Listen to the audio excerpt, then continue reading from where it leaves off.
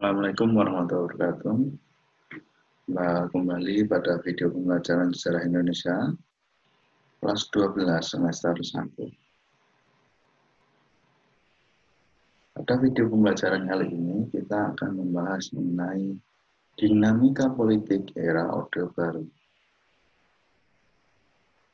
Nah, pada masa pemerintahan Orde Baru ini kita akan membahas kebijakan apa saja yang telah dikeluarkan selama Orde Baru ini, terutama ketika Orde Baru ini berusaha menciptakan atau membuat kestabilan negara pasca masa peralihan antara Orde Lama ke Orde Baru. Apa saja kebijakan politik pada era Orde Baru ini?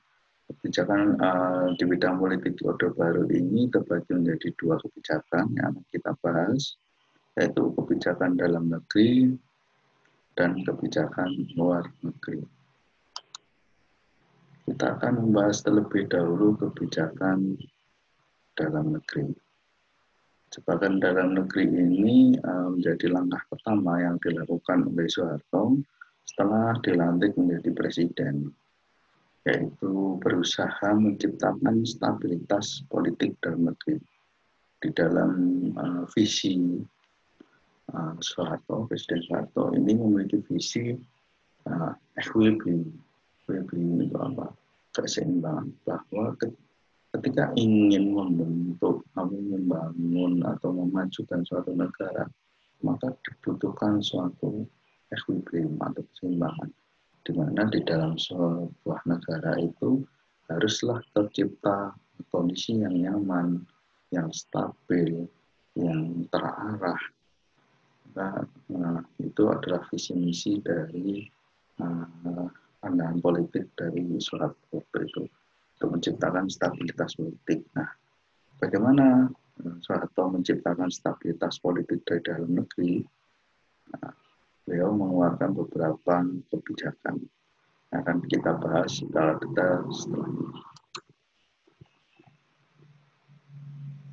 Yang pertama adalah melakukan pendekatan keamanan dan politik sipil. Jadi untuk menciptakan sebuah stabilan negara, Presiden Soeharto mengeluarkan kebijakan pendekatan keamanan dan politik sipil. Yang pertama adalah menciptakan stabilitas politik dengan melakukan pendekatan security approach atau pendekatan keamanan dan politik sipil. Nah, bagaimana implementasinya? Implementasinya adalah menjaring semua pihak yang loyal terhadap Soeharto dan memasukkannya ke dalam pemerintahan. Kemudian melakukan depolitisasi. Depolitisasi itu membebaskan tugas, membebaskan semua unsur politik dari lahan awan-awan yang mengganggu pemerintahan. Soeharto ini berusaha untuk istilahnya membungkam para musuh politikusnya, sehingga pada waktu itu pemerintahan ini berjalan stabil karena lawan-lawan yang mengkritik pemerintahan itu biasanya langsung melakukan depolitisasi, itu bisa dijatuhkan. Kemudian melakukan reorganisasi kelembagaan negara, semua lembaga negara direorganisasi. Pada masa itu banyak anggota-anggota dari TNI yang masuk ke jabatan-jabatan sektor publik. Kemudian implementasi politik sipil dengan mendirikan organisasi serikat bersama golongan karya untuk memudahkan pengendalian massa. Jadi untuk organisasi maka menggunakan istilah politik sipil dengan mendirikan partai politik baru yang dinamakan golongan karya. Nah, di partai inilah Soeharto mulai mengendalikan masyarakat. Tujuannya ya, karena partai politik ya tujuannya untuk menampung aspirasi masyarakat sebenarnya, tetapi justru digunakan Soeharto untuk memudahkan pengendalian masyarakat. Karena rata-rata yang bersama dalam golongan karya ini adalah para aparat negara, baik PNS maupun TNI maupun Polri ini banyak tergabung justru dulu harus bergabung dalam partai golongan karya. Nah, selain melaksanakan keamanan, pendekatan keamanan, kebijakan yang lain untuk menstabilkan stabilitas politik yaitu melaksanakan pemilu. Jadi mengibaratkan di dalam pemerintahan untuk melegitimasi kekuasaannya bahwa Presiden Soeharto ini menjadi presiden itu secara resmi sesuai undang-undang yaitu melalui pemilihan umum, maka agar menimbulkan kepercayaan terhadap masyarakat maka diselenggarakan pemilu. Nah, dasar dari penyelenggaraan pemilu ini sebenarnya diatur oleh TAP MPR nomor 9 tahun 66. Harusnya itu diselenggarakan tahun 68, tapi karena terjadi kekacauan politik sehingga Presiden Soeharto diangkat waktu itu secara aklamasi oleh MPR untuk menghilangkan kecurigaan di tengah masyarakat. Kalau itu nanti dianggap settingan, maka dibuatlah pemilu. Tetapi pemilu ini tidak dilangsungkan tahun 68, tapi diundur tahun 71 karena alasan keamanan. Pelaksanaan pemilu tahun 71 ini diikuti oleh 10 partai, masih lumayan banyak. Kita lihat kalau tahun 55 itu ada banyak 40-an, tapi tahun 71 ini menyusut menjadi 10 partai yang ikut. Dan diikuti oleh 54,7 juta suara pemain. Soalnya yang ikut berpartisipasi banyak di pemilu yang tahun 71. Nah, selama Orde Baru ini, pemilu ini juga dijadikan alat legitimasi oleh Soeharto terhadap kekuasaannya. Nah, beliau menjabat selama 32 tahun itu karena beliau memenangi pemilu selama 6 kali. Jadi pemilu yang dilaksanakan oleh Orde Baru ini dilaksanakan selama 6 kali. Tahun 71, 77, 82, 87, 92, dan 99. Dari semua pemilu yang dilaksanakan tadi, 6 kali tadi, Partai Golkar selalu menduduki posisi pertama atau 6 kali menang turut-turut. Di dalam Partai Golkar ini tentu saja yang dicalonkan adalah Presiden Soeharto. Otomatis ketika Golkar menang maka Soeharto akan tetap menjadi presiden. Maka sampai 32 tahun beliau berkuasa karena beliau memenangi pemilu selama 6 kali berturut-turut. Tetapi dalam pelaksanaan pemilu sendiri ya kita boleh menegaskan itu bagaimana pelaksanaan pemilu tahun yang dilaksanakan Orde Baru. Apakah sudah menerapkan prinsip jurdil, jujur dan adil atau belum.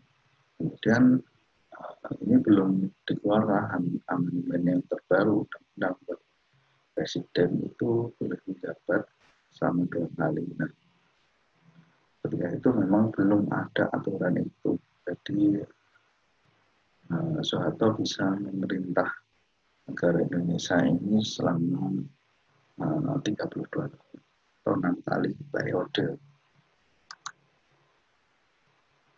Nah, ini hasil pemilu tahun 71. Nah, kita lihat Golkar menduduki suara terbanyak ada 34.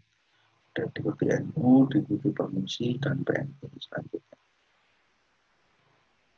Nah, suara kursi di parlemen itu 231 ya, tentu saja ini jika kursi parlemen banyak maka waktu itu pemilihan presiden masih dilangsungkan oleh parlemen sehingga otomatis ketika kita berkuasa maka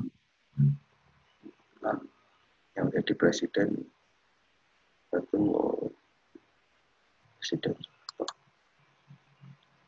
Kemudian hasil pemilihan umum Partai Golkar ini menang selama 6 kali berturut-turut. Kemudian setelah ketika Golkar menang, maka Presiden Soeharto berhak menjadi presiden, dan Presiden Soeharto menjabat presiden selama 32 tahun sesuai dengan hasil pemilu. Kemudian wakil presidennya berbeda, jika presidennya tetap, tapi wakilnya berganti-ganti. Ada 6 wakil presiden yang tercatat pada masa pemilu. Jadi setiap pemilu itu ganti wakil presiden. Kemudian kebijakan selanjutnya untuk membatasi lawan politiknya, maka Presiden Soeharto untuk menciptakan stabilitas agar tidak terganggu kembali, maka dikeluarkanlah kebijakan fusi partai atau penggabungan partai. Fusi partai adalah kebijakan politik era Orde Baru menjelang pemilu 1977 yang menggolongkan partai sejenis. Jadi menggabungkan partai yang sejenis ideologinya. Nah, tujuannya adalah menghindari perpecahan akibat persaingan antara politik yang dapat mengganggu stabilitas politik. Tidak saja itu pasti sama, yaitu stabilitas keseimbangan tadi. Ya, tidak terjadi perpecahan karena banyak partai sehingga partai digabungkan saja. Nah, pada implementasinya ada 2 partai baru pada waktu itu, yaitu PDI, itu Partai Demokrasi Indonesia, yang seperti sekarang ya. Kalau sekarang kan ada PDIP, dulu itu namanya PDI. Dan ini gabungan dari PNI, Partai Katolik, Partai Perindo, Partai Purba, dan Partai PKI. Sedangkan partai yang kedua, partai baru yang kedua adalah P3 atau Partai Persatuan Pembangunan. Ini merupakan gabungan dari partai-partai yang beraliran agama, yaitu MU, Permusi, PSSI, PSII, dan Perti. Kemudian Partai Golkar tetap menjadi golongan fungsional, jadi tetap kedudukannya, yaitu 2 partai baru ditambah dengan Partai Golkar, sehingga pada pemilu tahun 1977 ini diikuti hanya oleh 3 partai, dan itu berlangsung sampai pemilu tahun 1999. Kemudian kebijakan selanjutnya adalah Dwi Fungsi ABRI. Dwi Fungsi ABRI itu memberikan peran ganda pada ABRI sekarang dalam kedudukannya di pemerintahan. Jadi ABRI dapat menyusun kebijakan dan haluan negara selain menjadi lembaga pertahanan dan keamanan. Jadi selain fungsinya menjadi pertahanan dan keamanan, tentara juga diwajibkan atau diharuskan memiliki peran, yaitu dalam menyusun kebijakan. Sebenarnya ini program dicetuskan oleh Nasution. Kemudian diperkuat kembali pada masa Orde Baru ini dengan program di fungsi ABRI, jadi menempatkan ABRI dalam sektor pemerintahan, sektor publik, di parlemen. Jadi dulu ada tentara yang masuk ke parlemen, itu ada menjadi DPR. Kalau sekarang kan nggak ada. Sekarang itu fungsi tentara yaitu hanya untuk pertahanan dan keamanan. Kemudian peran ganda ini membuat ABRI mendominasi di segala aspek pemerintahan. Jadi seluruh gubernur, bupati itu rata-rata banyak yang dari perwira TNI.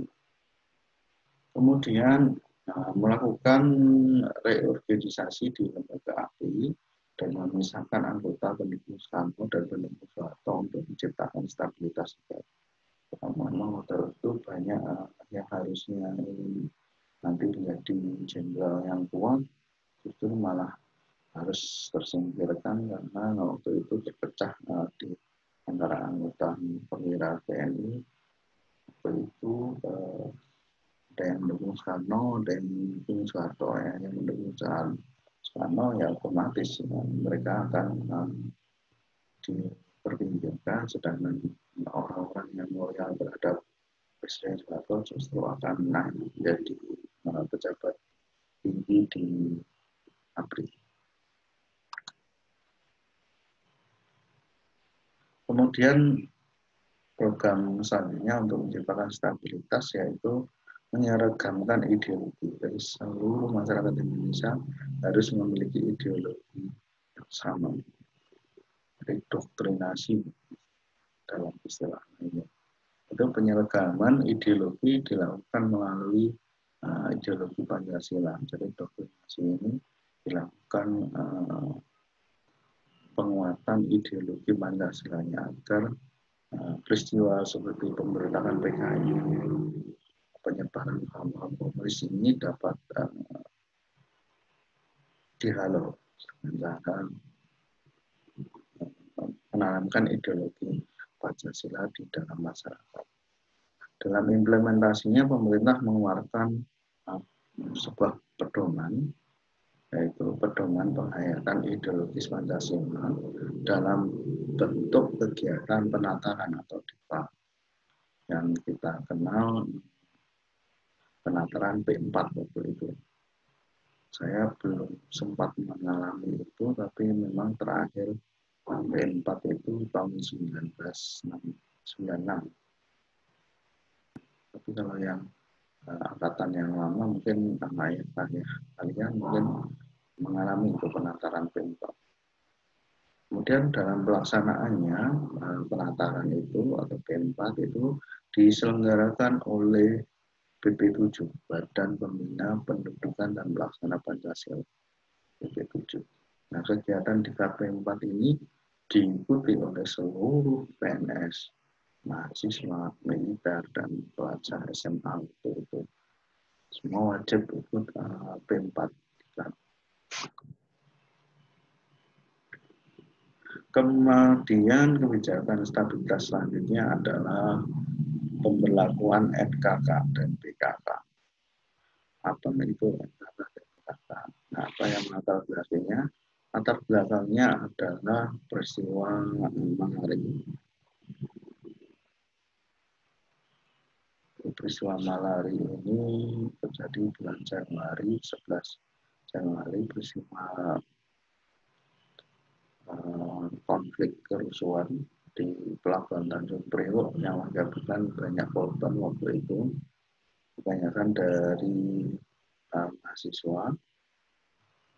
Peristiwa ini terjadi karena penolakan investasi, kedatangan investasi pabrik Honda dan Toyota dari Jepang yang dianggap oleh mahasiswa waktu itu sebagai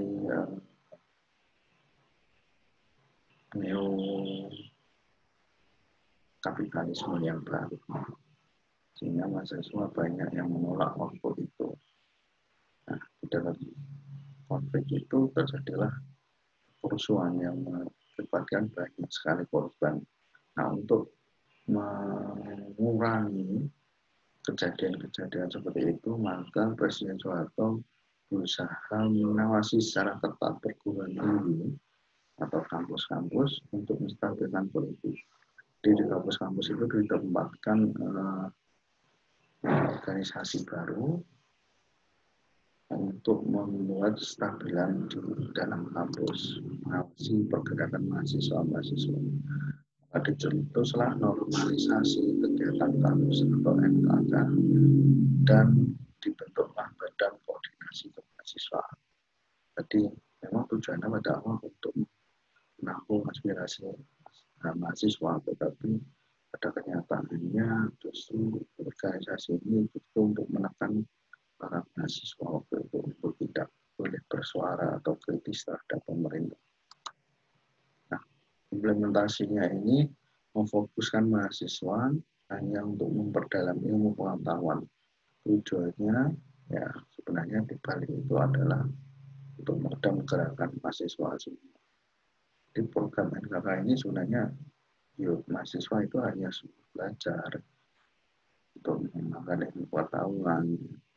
Tapi di lain pihak justru ini meredam gerakan mahasiswa. Jadi membatasi pergerakan mahasiswa. Mahasiswa tidak boleh membicarakan negara. Jika suatu negara itu mulai tidak diperdulikan oleh negara sebetulnya, maka itu akan menjadi kemungkinan bagi negara itu. Maka ketika mahasiswa ada yang demo terhadap kebijakan negara, itu artinya generasi muda ilmu peduli terhadap negara. Jika tidak melakukan demonstrasi kritik terhadap pemerintah, maka ya masa generasi muda ini tidak peduli lagi pada negara. Itu akan jadi kerugian besar bagi suatu negara karena generasi mudanya tidak peduli. Sehingga jika ada mahasiswa yang melakukan demonstrasi mengenai pemerintahan, kebijakan pemerintah, peduli terhadap negara itu sesuatu yang baik. Kemudian kebijakan politik luar negeri. Jadi selain menciptakan stabilitas negara melalui kebijakan dalam negeri, Presiden Soeharto juga mengeluarkan kebijakan politik luar negeri untuk menciptakan stabilitas di dalam negara. Kebijakan luar negeri yang dilakukan Presiden Soeharto itu adalah menerapkan politik bebas aktif dan normalisasi hubungan luar negeri. Ya, kita tahu pada masa demokrasi terpimpin itu kebijakan politik luar negeri kita cenderung ke arah blok Uni Soviet, sedangkan banyak banyak musuhan juga dengan negara-negara di tetangga juga. Sehingga pada masa Presiden Soeharto ini untuk menciptakan stabilitas nasional maka harus dinormalisasi dengan luar negeri karena kita sebagai masyarakat dunia itu tidak bisa hidup sendiri, harus hidup berdampingan dengan negara dan melakukan politik bebas aktif. Kita akan bahas persatu. Yang pertama dari integrasi Timur dulu ke Indonesia pada masa Orde Baru. Latar belakangnya adalah Timur ini di bawah kekuasaan Portugis. Nah, selama Perang Dunia Kedua, Timur ini dikembalikan ke Portugis, berbeda dengan Indonesia. Nah, Indonesia ini kan bekas jajahan Belanda, jadi otomatis dikembalikan kembali ya seharusnya ke Belanda, tetapi justru waktu itu Indonesia malah merdeka. Nah, berbeda dengan wilayah Timur ini berada di bawahnya Pulau NTB atau di sekitaran Pulau NTB, Nusa Tenggara. Nah, wilayah ini dulu diduduki oleh Portugis, sehingga ketika Perang Dunia selesai maka dikembalikan ke Portugis. Namun yang terjadi adalah Portugis menerapkan kebijakan baru kepada Timur yang merupakan bagian dari salah satu wilayah seberang lautan dengan ibu kota Dili. Kemudian Portugis membentuk polisi rahasia untuk mengamankan para penduduk timur yang nanti berada Portugis. Kemudian membentuk partai tunggal dengan ini latar belakang yang kedua adalah peristiwa revolusi bunga. Revolusi bunga ini terjadi di Portugis sana, yaitu peristiwa pergantian kekuasaan di Portugis yang terjadi pada tahun 1974, di mana kelompok militer yang berlawanan kiri sosialis berhasil menemukan kelompok fasis. Nah, dampak revolusi bunga ini terjadilah penghapusan seluruh koloni jajahan di Portugis karena dianggap membebani biaya negara Portugis. Sehingga pada masa itu Timur Timur ini mengalami dekolonisasi sehingga meraih kemerdekaan. Jadi status dari Timur Timur ini menjadi bingung, menjadi negara baru atau menjadi masih wilayah koloni. Tetapi ketika tahun 74 itu berlangsung, seluruh wilayah koloni dibebaskan, maka Timur Timur ini menjadi tanah tak bertuan. Ibaratnya tidak ada pemerintah yang pada waktu itu.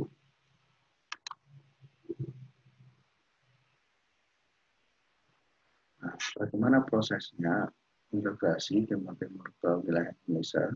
Ini terjadi setelah adanya dinamika politik pasca revolusi. Nah, jadi muncullah berbagai partai politik di Timur Timur dengan memiliki tujuan yang berbeda-beda. Ada partai UDP yang mendaki Timur Timur ini masih di bawah Portugis. Ada partai Frelimo yang menghendaki kemerdekaan rakyat Timur Timur. Kemudian ada partai PDIP yang menghendaki integrasi dengan Indonesia. Nah, pada akhirnya nanti justru partai UDP dan partai PDIP ini bergabung dan memiliki tujuan untuk bergabung ke wilayah Indonesia. Sedangkan partai Frelimo sendiri tetap berusaha untuk menjadikan negara Timur Timur ini menjadi negara yang merdeka. Justru nanti akan melahirkan konflik baru di wilayah Timur Timur ini.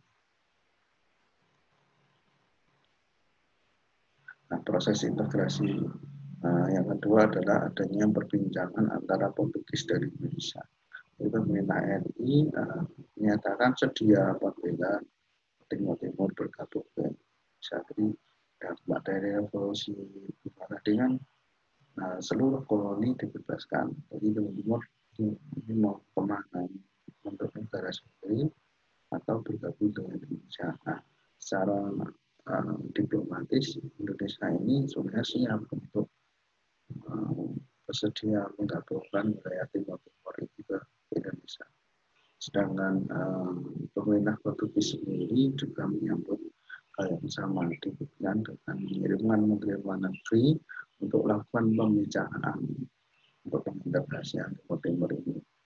Nah, Indonesia sangat penuh mendukung upaya dekolonisasi Portugis yang dilakukan oleh Portugis, yaitu semua negara itu terbebas dari segala penjajahan. Namun yang terjadi dalam proses integrasi Indonesia Timur Timur ke Indonesia ini justru terjadi konflik. Konfliknya ketika tadi ada antara kelompok Frelimo dan kelompok UDP ini bersaing untuk merebutkan kekuasaan. Timur Timur ini diperebutkan oleh dua golongan ini, ada Frelimo, ada UDP dan UDP. Frelimo ini memproklamasikan kemerdekaan namun tidak diakui oleh dunia nasional karena pemilik yang sah yaitu Portugis justru menginginkan bergabung wilayah Timur Timur ini digabung ke wilayah Indonesia. Sedangkan kelompok pro integrasi ini mendeklarasikan Balibu deklarasi Balibu bahwa Timur Timur ini menjadi wilayah Indonesia. Secara hukum internasional ya jelas posisinya kuat yang kelompok pro integrasi. Nah, pada prosesnya ini juga terjadi operasi militer di Timur Timur. Jadi adanya kekhawatiran paham komunis ini bergerak menyebar di Timur Timur di bawah kelompok Frelimo yang membuat Amerika, Australia, dan Indonesia ini melakukan operasi militer untuk membebaskan Timur Timur dari kelompok komunis. Dan dari pihak Indonesia sendiri melakukan 2 operasi militer, yaitu Pamilihan dan Seroja pada tahun 1977, 75 sampai 1978 untuk menembas Pirin.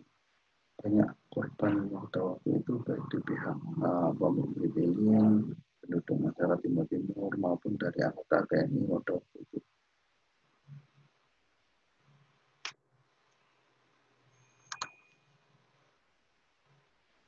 Kemudian selanjutnya pasca integrasi Timur Timur, akhirnya Timur Timur ini melakukan referendum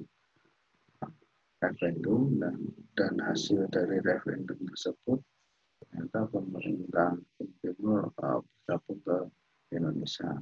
Dan pemerintah Indonesia menerima Timur Timur sebagai provinsi ke-33 pada tanggal 17 Juli 1976 melalui Undang-Undang dan disahkan oleh Undang-Undang Nomor 7 tahun 1976 tentang penempatan Timur Timur menjadi provinsi ke-27 NKRI.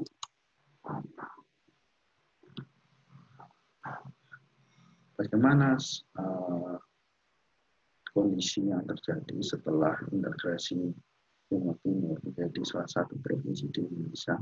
Itu di Timur Timur mulai dibangunlah provinsi baru dengan pemerintah melakukan pembangunan di daerah, memasukkan perekonomian di sana, melakukan beberapa pembangunan, pasar-pasar mulai dibangun, jembatan, jalan, itu untuk mendorong pembangunan di Timur.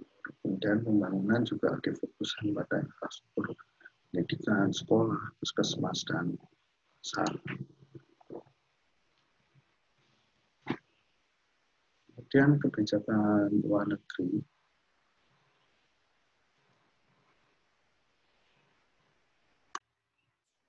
Kemudian kebijakan luar negeri politik bebas aktif. Selain permasalahan Timur Timur tadi, kebijakan selanjutnya yang dikeluarkan pemerintah Indonesia yaitu penerapan politik bebas aktif. Dalam penerapan politik bebas aktif ini, Presiden Soeharto berusaha menormalisasi hubungan diplomatik dengan Malaysia, yaitu diawali dengan usaha perwira Angkatan Darat pada waktu itu dipimpin oleh Letjen Ahmad Yani. Jadi sebelum beliau menjadi korban 1965, sebenarnya beliau sudah melakukan upaya negosiasi damai dengan Malaysia secara diam-diam. Kemudian Letjen Ahmad Yani ini menyuruh Stopo untuk menegosiasikan dengan Malaysia agar upaya damai. Walaupun secara resmi waktu itu Presiden Soekarno masih bermusuhan dengan Malaysia, tetapi di balik layarnya ternyata ada usaha dari TNI AD untuk menegosiasi ulang hubungan damai antara Malaysia dan Indonesia. Nah, secara resmi pada tahun 66 setelah Presiden Soeharto dilantik menjadi pejabat presiden sementara, beliau mengeluarkan deklarasi untuk menormalisasi hubungan diplomatik antara Indonesia dan Malaysia dengan menggelar pertemuan sesama Departemen Luar Negeri yang waktu itu Indonesia ada Malik, sedangkan pihak Malaysia adalah Abdul Razak di Thailand pada tanggal 29 Mei sampai 1 Juni 1966. Dalam pertemuan tersebut disepakatilah normalisasi hubungan antar diplomatik Malaysia dan Indonesia, menjalin persahabatan kembali, dan menjalin kerjasama kembali di berbagai bidang antara Indonesia dan Malaysia. Kemudian menerapkan politik bebas aktif selanjutnya adalah kembali menjadi anggota PBB. Nah, kita tahu pada masa demokrasi terpimpin, kita sempat keluar dari keanggotaan PBB akibat ketidaksetujuan Presiden Soekarno itu terhadap penetapan Malaysia menjadi Dewan Keamanan, tidak tetap keamanan PBB. Pada masa Presiden Soeharto, menjadi pejabat presiden sementara, beliau juga mengembalikan kedudukan Indonesia menjadi anggota PBB pada tanggal 28 September 1966. Selain itu, peranan Indonesia dalam PBB ini semakin kuat. Bahkan pada waktu itu Dan Malik ini pernah menjadi ketua majelis. Majelis itu yang tertinggi dalam sidang umum PBB tahun 1974. Kemudian Indonesia juga masuk dalam Dewan Keamanan tidak tetap PBB dengan mengirimkan kontingen pasukan perdamaian yang dinamakan pasukan Garuda untuk misi perdamaian dan mediator di konflik di Kamboja, di Filipina, dan di beberapa di wilayah di Timur Tengah. Kemudian juga memperkasai pembentukan ASEAN. Jadi selain menjadi anggota PBB, Indonesia juga pada masa era Orde Baru ini juga menciptakan stabilitas di politik di kawasan, yaitu dengan melatar belakangi pembentukan ASEAN. Latar belakang pembentukan ASEAN ini sendiri karena dinamika konflik di wilayah kawasan Asia Tenggara itu mengalami gejolak perang di beberapa wilayah negara di Asia Tenggara ini menjadi tempat perebutan pengaruh antara blok barat dan blok timur. Sebagai contoh seperti Vietnam, Kamboja, nah ini banyak itu jadi konflik di berbagai negara di kawasan Asia Tenggara. Nah, untuk mendamaikan kawasan dan menyatukan kawasan, maka Indonesia diusulkan pembentukan ASEAN. Nah, pembentukan ASEAN ini dicetus oleh 5 menteri luar negeri di kawasan ASEAN dari Indonesia, Malaysia, dan Singapura, Thailand. Nah, dalam pengusulan itu dipertemukan di pertemuan di Thailand, di Bangkok, pada tanggal 8 Agustus. Nah, dalam pertemuan itu ditandatangani naskah pembentukan ASEAN melalui deklarasi Bangkok pada tanggal 8 Agustus 1966. Itu menjadi awal dari pembentukan ASEAN. Demikian video pembelajaran kali ini. Terima kasih sudah menonton video ini. Assalamualaikum warahmatullahi wabarakatuh.